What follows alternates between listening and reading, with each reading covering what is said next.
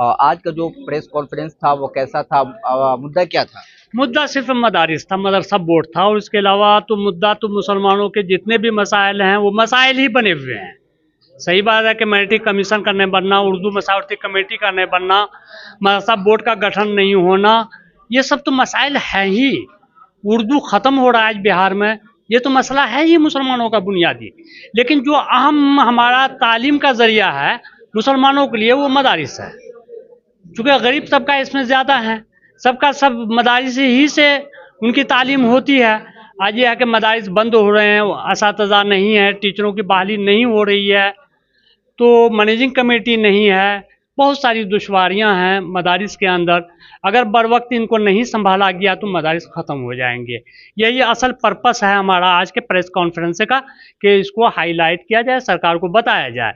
और सबसे बड़ी मजबूरी मुसलमानों के साथ ये है कि मुस्लिम लीडरशिप नहीं है जो हमारी आवाज़ सरकार तक पहुंचा पाए। बिल्कुल मुस्लिम लीडरशिप शून्य पे है, शून्य पे। ये जो आज जो प्रेस कॉन्फ्रेंस था, इससे क्या मतलब संदेश देने की कोशिश कर रहे हैं सरकार को आप? हम सरकार को यही बताना चाहते हैं कि हमारे मसाइल आप ध्यान नहीं देने की वजह से बहुत ज़्यादा बढ़ गया है। अगर ज़ख़म का इलाज नहीं किया जाए बर वक्त, वो ज़ख़म बढ़ता ही चला जाता है, तो ज़ख़म हमारा बढ़ता ही चला जा रहा है। एक तो मदारिस बंद हो रहे हैं टीचरों की कमी से, दूसरे ये कि हमारे टीचरों को इंक्रीजमेंट तक नहीं मिलता है, हाउस रेंट तक नहीं मिलता है, मेडिकल के बीमार नहीं होते हैं, इनको मेडिकल तक नहीं मिलता है।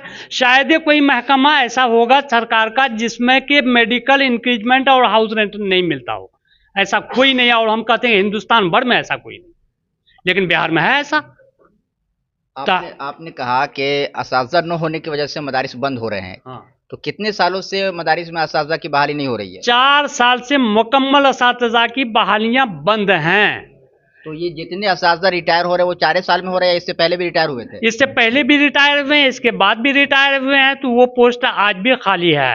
इससे पहले जो रिटायर थे तो सेक्रेटरी और सदर को इख्तियार था बहाली करने का, तो बहाल क्यों नहीं करते थे वो? करते थे, उस समय तक करते रहे। तो फिर सीट कैसे खाली रह गई? सीट इसलिए खाली रहेगी, नोटिफिकेशन 2022 जो आया तो सरकार ने कहा कि अब हम पोर्टल बनाएंगे। नहीं, 2022 से पहले जो बहाली हो रही थी मदारिस में, असातिज़ा वहाँ कमी थे, तो वहाँ उस मदरसे में असातिज़ा क्यों नहीं बहाल हुए? रीजन क्या रहा?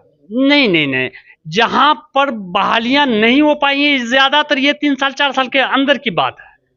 और कुछ मामला आप कह सकते हैं कि मैनेजिंग कमेटी कुछ मदारिस में ऐसे भी रहे हैं कि वहां पर कुछ आपसी तनाज़ा की वजह से मैनेजिंग कमेटी नहीं बन पाई, तो उसके लिए सरकार जिम्मेदार नहीं है, उसके लिए बोर्ड जिम्मेदार नहीं है, वहाँ लोकल बॉडी उसके जिम्मेदार है कि मैनेजिंग कमेटी आपने क्यों नहीं बनाया। जब नहीं बनाया तो उसकी मदद से बहाली नहीं हुई। ऐसा 5% से 3% मदारिस हैं, बहुत ज़्यादा नहीं है। अच्छा, आप ये मानते हैं कि कहीं न कहीं जो मदारिस मैनेजिंग कमेटी के जो ज़िम्मेदार होते हैं, या जो मदरसे की जो तंजीम होती है, जो सेक्रेटरी, सदर या कमेटी पर जो मुश्तमिल होती है, कहीं न कहीं उन लोगों में कमी है जिसकी वजह से आज मदारिस को इस हाल का सामना करना पड़ रहा है? नहीं, कमियां हर जगह है और मदारिस में भी है। हम नहीं कहते हैं कि मदारिस में जो मैनेजिंग कमेटी है वो बहुत ईमानदार है, और ऐसा नहीं है कि दूसरी जगह लोग बहुत ईमानदार हैं, यहाँ बहुत बेईमान है, ऐसा भी नहीं है। यहाँ के नेचर ही यही है। देखते हैं बीपीएससी से बहाली होती है, वहाँ भी कुछ न कुछ बदउनवानी की बातें आती हैं। तो मदरसा में ये कहो कि मैनेजिंग कमेटी बदउनवान हो गई है इसलिए हम इसको ख़त्म कर दें, तो आप मैनिटी को ख़त्म कर रहे हैं ना, मैनिटी को बचा तो नहीं रहे हैं आप, मैनिटी स्टेटस को आप ख़त्म कर रहे हैं ये कह के। तो मैनेजिंग कमेटी का हर हाल में रहना ज़रूरी है, शफाफियत उसमें आनी चाहिए।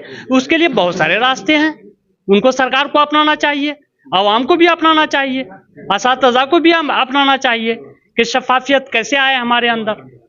ये जिम्मेदारी हमारी आपकी सबकी है।